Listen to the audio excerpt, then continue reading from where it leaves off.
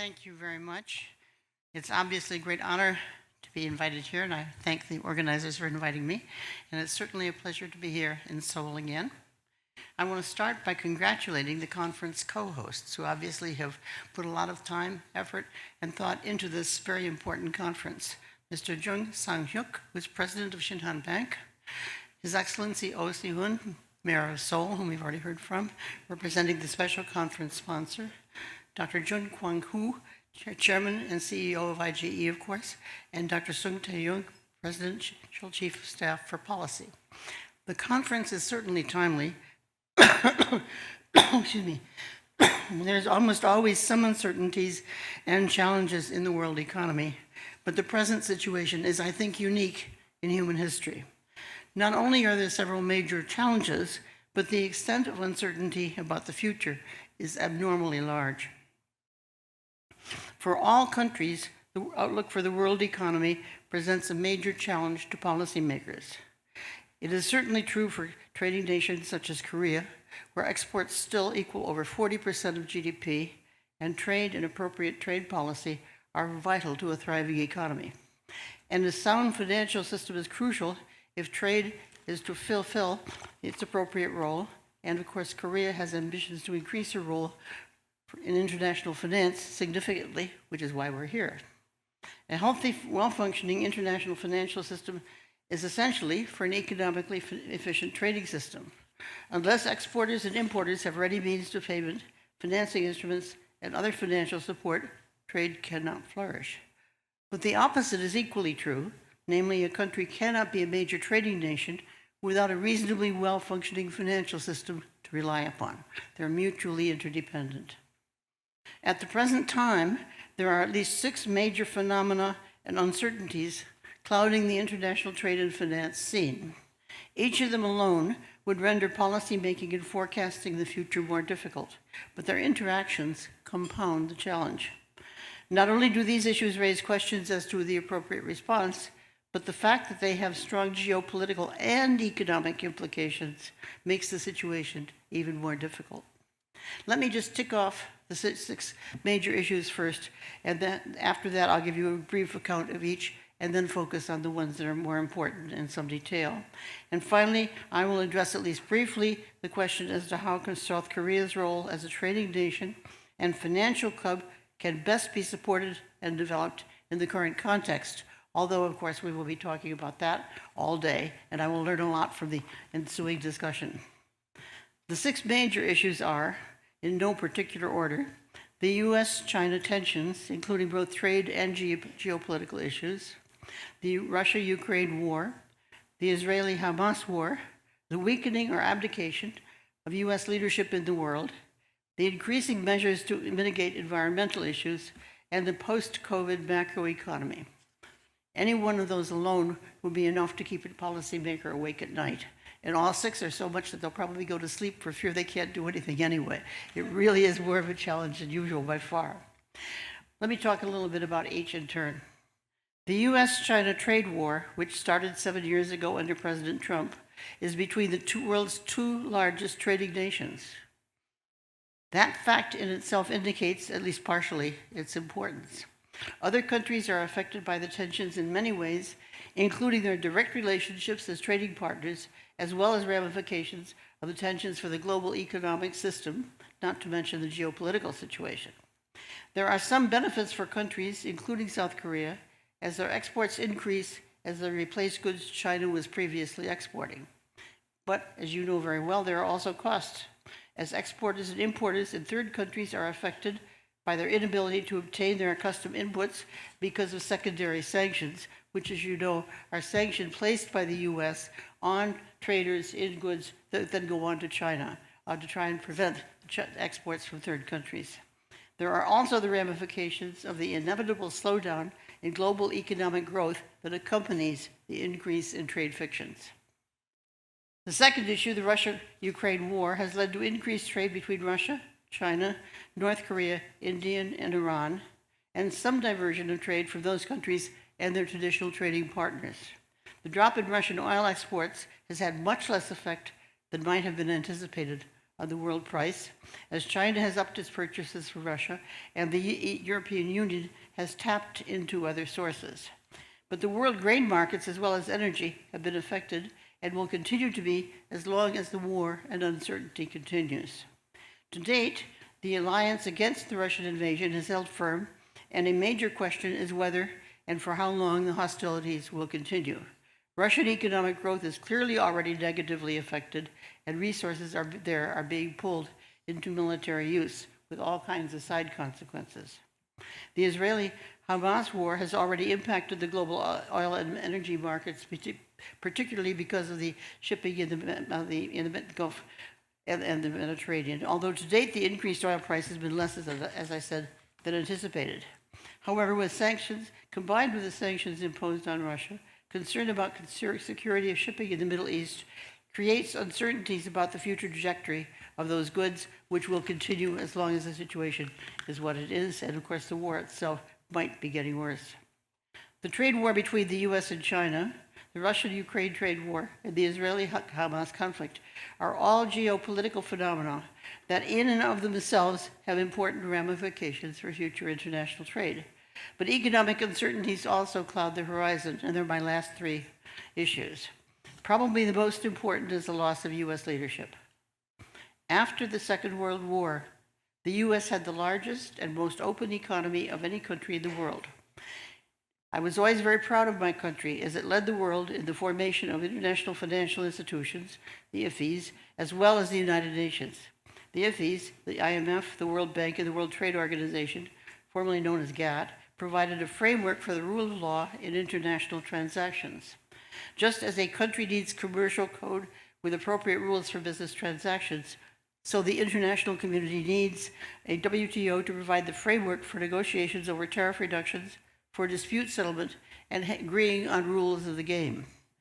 The WTO framework provided for the rapid growth of the open multilateral trading system. I looked up the number this morning, and the volume of world trade now is estimated to be 45 times what it was in 1950. 45 times. It's just incredible. Instead of cumbersome country negotiations, under which large countries could virtually dictate their terms on smaller ones, and where tariff on imported commodities could vary depending on the country of origin, the WTO as an international organization enabled multilateral arrangements with countries treating all others equally, except in the case of preferential arrangements, which were fairly clearly spelled out, giving traders' rights in foreign country courts similar to those of domestic residents, and more. Negotiations could proceed on tariff rate reductions without raising fears by the recipient that the tariff reduction that it benefits would be offset by a subsequent greater reduction on imports from yet a third country, which used to happen before the Second World War very frequently and prevented very much tariff reduction. Under the GATT WTO, and with rapidly falling costs of transport and communications, the world economy integrated as never before. The result was its very rapid growth, especially for the nations that took advantage of the open multilateral trading system and the global economy. As this audience certainly knows, South Korea's phenomenal economic success and transition from one of the poorest countries in the world to an advanced economy was attributable to wisdom in policymaking, which used the international economy as a pillar for economic growth. For all developing countries, the healthy growth of the international economy itself provided important spur to their trade and higher growth rates, but when there was competition and you relied on the open economy, as Korea did, it did much more. American leadership in the international economy persisted until, I regret to say, the Trump administration. When Donald Trump came to power, he withdrew the U.S. from the Trans-Pacific Partnership, the TPP. He adopted numerous protectionist measures and undermined the World Trade Organization in all kinds of ways. All of this was in addition to his hostility toward China and the trade war tariffs. The WTO is consequently, unfortunately, right now, a much weakened organization, although numerous measures have been taken by other trading nations to offset some of the ill effects. Among them is a dispute settlement mechanism, much like that in the WTO for many of them, but not including the U.S. And the same is true for the adoption of the TPP without the U.S. as a comprehensive, progressive agreement for Trans-Pacific Partnership, the CPTPP, to preserve many aspects of the WTO system without the U.S. The multi-party interim appeal arrangement, which is a dispute settlement mechanism formed by members of the WTO who wanted to preserve it when the WTO could not, includes the European Union, and it sustains dispute settlement among about 35 countries. It serves as an appeal board with the absence of the WTO's dispute settlement mechanism, and the CPTPP, as you know, is the TPP without the U.S. Not only is American leadership absent, but as this audience knows, the U.S. administration has embraced industrial subsidies and other measures favoring specific industries. These policies affect many, if not all, trading nations. The Biden administration sponsored the so-called Inflation Reduction Act, which authorized subsidies for investment in U.S. semiconductors, electric vehicles, batteries, and more. Once it had done so, other countries have naturally proceeded to retaliate with subsidies on their own industries. Clearly, those subsidies do not create the level playing field that was intended by the framers of the GATT or the WTO to enable competition and efficiency in international trade. A subsidy war threatens the very foundations of the open multilateral trading system and is a lose-lose situation for all the countries involved. The second big issue is macroeconomic. In part, this is because of progress, and in part because of the COVID pandemic, macroeconomic management and the macroeconomic prospects for countries have become much more fraught with uncertainty. The extent to which households had saved involuntarily during the pandemic was insufficiently recognized, and demand shot up much more rapidly than the supply of many goods and services could as COVID restrictions were removed. Worldwide, there is now much uncertainty about macroeconomic prospects. Inflation still persists in many countries, although it's slowing somewhat. Some countries, especially the U.S., are experiencing continued job growth and high rate of employment, but others are still contending with unemployment. Uncertainty surrounding the lingering impact of COVID and the rate at which consumers will spend down their accumulated unwanted savings is still great, and combining those with the geopolitical scene makes policy making more difficult still. Finally, those policies are needed to address climate change further complicate global prospects. Climate change is an issue which almost certainly cannot be resolved or even addressed without concerted international action. Some of the actions being undertaken or considered have widespread implications for individual countries and the international economy. The measures taken, for example, with respect to carbon emissions can range from carbon taxes imposed even on imports of goods from countries where the carbon emission in production were not taxed to quantitative restrictions on output and subsidies in the production of carbon substitutes.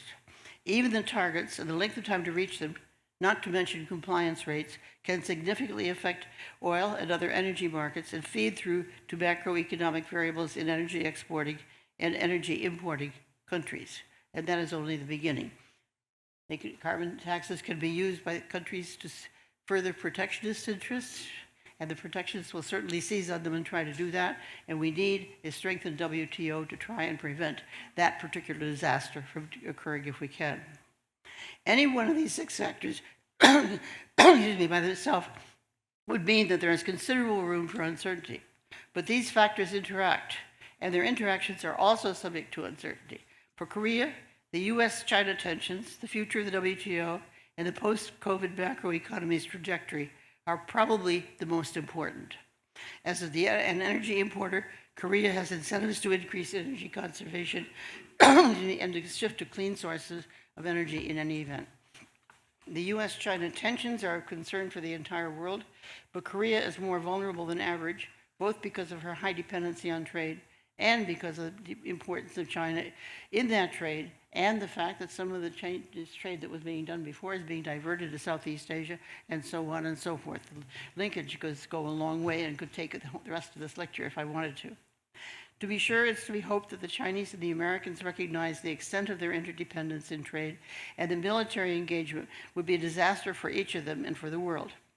But at present, I regret to inform you that American public opinion and this disapproval of China has unfortunately hardened so much that neither presidential candidate is advocating a softening of the American stance at the present time. In the next year or more, the most that can be hoped, I think, is that there are no further protectionist measures and that finally summer approach won't begin within a year or so after the presidential elections, depending on who comes in and what they do. As you are aware, the American authorities have recognized, at least to some extent, the difficulties secondary sanctions have made and can make for America's allies, such as Korea. There are an increasing number of in the U.S. questioning the efficacy of sanctions on foreigners and subsidies to domestic firms, which is good news.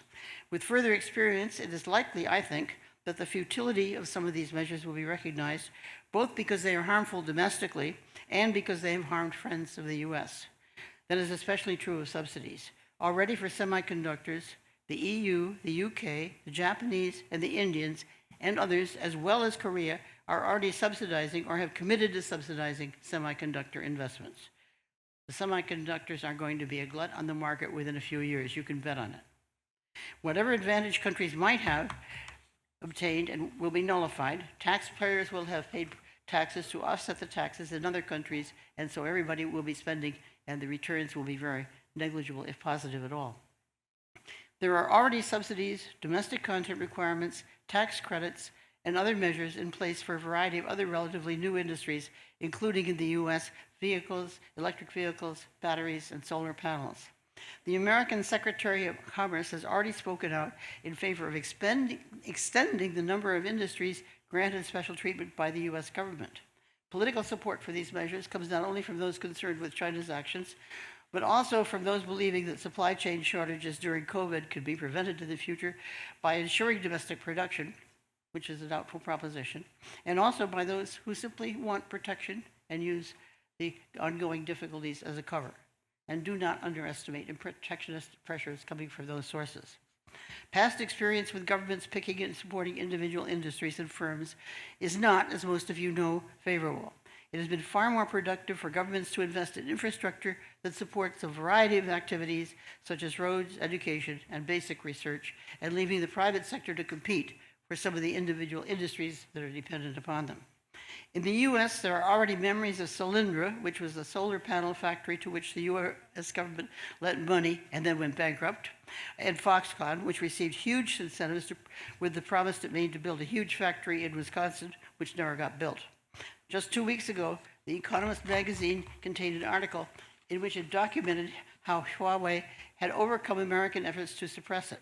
The article was entitled, "Failed Eradication," meaning that the U.S. measures did not work, and argued that, contrary to U.S. intentions, Huawei had substituted products it developed rapidly to replace the ones that the U.S. had sanctioned much more quickly than anyone had thought was possible.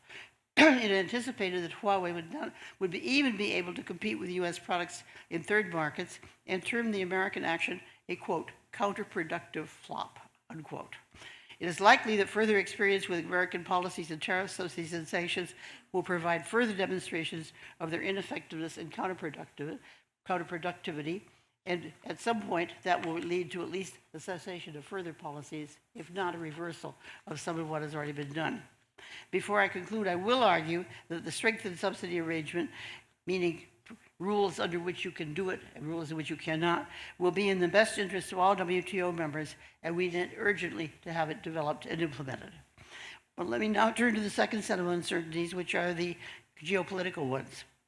Among other costs, those conflicts are diverting attention away from the function of the international economic system, and as such are contributing to the deterioration of the open multilateral system that has been so beneficial for the world. The sooner hostilities end, and the sooner attention can return to restoration and strengthening of the international economic system, the better. The costs of these conflicts clearly impact the macroeconomics of the combatants themselves and also of their supporters on each side. Likewise, the prospects for world markets in grains, oil, and other commodities for which the areas in conflict are large suppliers are uncertain.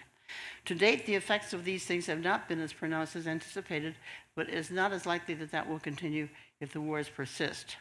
Countries such as Korea are affected because of the prices their imports rise, but it is difficult to point to any policies that can really mitigate those effects. I'm afraid it's just bad news. The next issue, the macroeconomic sanctions of various countries in the world, is most puzzling. China's economic growth has slowed down, and views differ as to whether it is reaccelerating or likely to fall further. To the surprise of many, the American economy remains very buoyant. Unemployment is at a 50-year low, and growth is above predicted levels. And the IMF just raised its expected growth rate in the U.S. for next year, even 0.1% more. The IMF inflation is still above the target of the Fed Reserve, but has slowed substantially since the end of 2022. And at that time, many economists anticipated there would be a hard landing, meaning that at least 1 or 2 quarters where output would actually fall. But that, as you know, has not happened, and there are few who are now publicly forecasting it. The Federal Reserve has even postponed its anticipated interest rate cuts, announcing that there may be only 1 or 2 later this year, and they're not even sure of that. In between, many are the many advanced countries where inflationary pressures remain high, but where output is stagnant or growing very slowly. The IMF estimates world output growth of 3.2% in 2024 and 2025, but of course, like everyone else, acknowledges the many risks and uncertainties. The world has had no experience of a pandemic of proportions of COVID when it was so integrated. Even with the Spanish flu epidemic after World War I, the degree of integration was much less, both because trade was much less important and because pre-World War I trade patterns had not resumed. There is little in past history for a guide. For advanced economies as a whole, the IMF forecasts 1.7% growth in 2024 and 1.8% in 2025. For emerging markets and developing countries, the estimate is that aggregate growth will be 4.2% in each of those 2 years. The estimates of the length of time consumers will take to spend their accumulated savings, the rate at which people are returning to work, and at which supplies are increasing are all subject to great uncertainty, and so far, forecasts have been way off in those regards. Add to that the questions as to the fiscal balances, especially in the advanced countries and especially in the United States, in light of ongoing inflation, fiscal balances already there, and debt levels, in light of military expenditures, and the unknowable path of American-Chinese relations and American protectionism, all mean that uncertainty about projections is much greater than usual. Standard errors are just much higher. It is evident that macroeconomic prospects for countries differ enormously. All will be more favorable if hostilities and trade wars end, but each authority will need to assess its own situation relative to the world economy, and everybody will be affected, but not all in exactly the same way. The longer and more severe Chinese-American tensions persist, the higher the inflation and the lower rate of growth will be in advanced countries. The longer military confrontation persists, of course, the worse the outlook is for the international economy and for the openness of trade in general. There is some basis for believing that easing with China-U.S. tensions, the more rapid growth, and the smaller inflationary pressures, the sooner hostilities are likely to happen if countries take place, if others take place as well. Hence, an outcome considerably more favorable or unfavorable than the numbers presented here is probably more likely than the one presented, which is to say either most things will go somewhat better together or they'll go somewhat worse together. All these uncertainties are not totally independent of each other. Even if the more favorable outcomes prevail, however, that leaves the international trading and financial system, which is severely impacted. The dispute settlement mechanism of the WTO is not working. There's little hope of multinational trade negotiations in the current climate. The trouble with that is that countries have undertaken measures that are defended as national security when one suspects that the real reason is an old-fashioned protectionism. The weakening of the WTO is serious for the entire world economy, and to date, trade volumes have held up surprisingly well. Those who believe that the system has been mortally wounded have thus far been wrong. World trade grew at an average annual rate of 5.8% from 1995 to 2023. It fell only in 2020, which was the first year of COVID, and then rose again until October 2022, which is when U.S. sanctions went into effect. It is estimated that trade in goods fell by 5% in 2023, but trade in services rose by 8%, and 2024 is projected to rise by 6% and 3.3%. The strength of market forces, given the huge gains from an open trading, should not be underestimated, even though we have these negatives out there too. Add to all that, there is also an urgent need to address questions of subsidy and international property within the WTO. There are certainly new issues arising from privacy concerns with the internet and much more, the emergence of AI, cross-border digital trade, and intellectual property. The most intractable and probably most essential challenges are finding ways for legitimate security concerns, and there are some, to be met while simultaneously sheltering the vast body of trade from subsidies or protection sought for special interest reasons and justified as national security, which is what is happening at the present time. Important question of Korea, of course, is a policy mix that can provide the maximum support for Korea's geopolitical interests and economy. Here, macroeconomic policy becomes important. Increasing the flexibility of the economy and the efficiency with which resources are allocated will improve its adaptability and bolster Korea's standing as a financial center. Particularly significant will be policies with respect to the financial sector in light of those decisions. Obviously, Korea must be greatly concerned with U.S.-China relations. It is certainly in South Korea's strong interest to maintain strong trading and political ties with the U.S., Japan, Southeast, and elsewhere. But when opportunities arise to influence the easing of U.S.-China tensions, it is surely in South Korea's interest to do whatever can be done to support that process. But Korea is only one of a number of countries friendly to the U.S. and West that have been impacted. To the extent that the collaboration among those is possible, and I'm now talking about the many countries that are big trading countries but are not U.S. and China, it's highly possible that there could be something done with a joint effort to appeal to the big traders. It would certainly be Korea's interest to start, if not to lead in that process.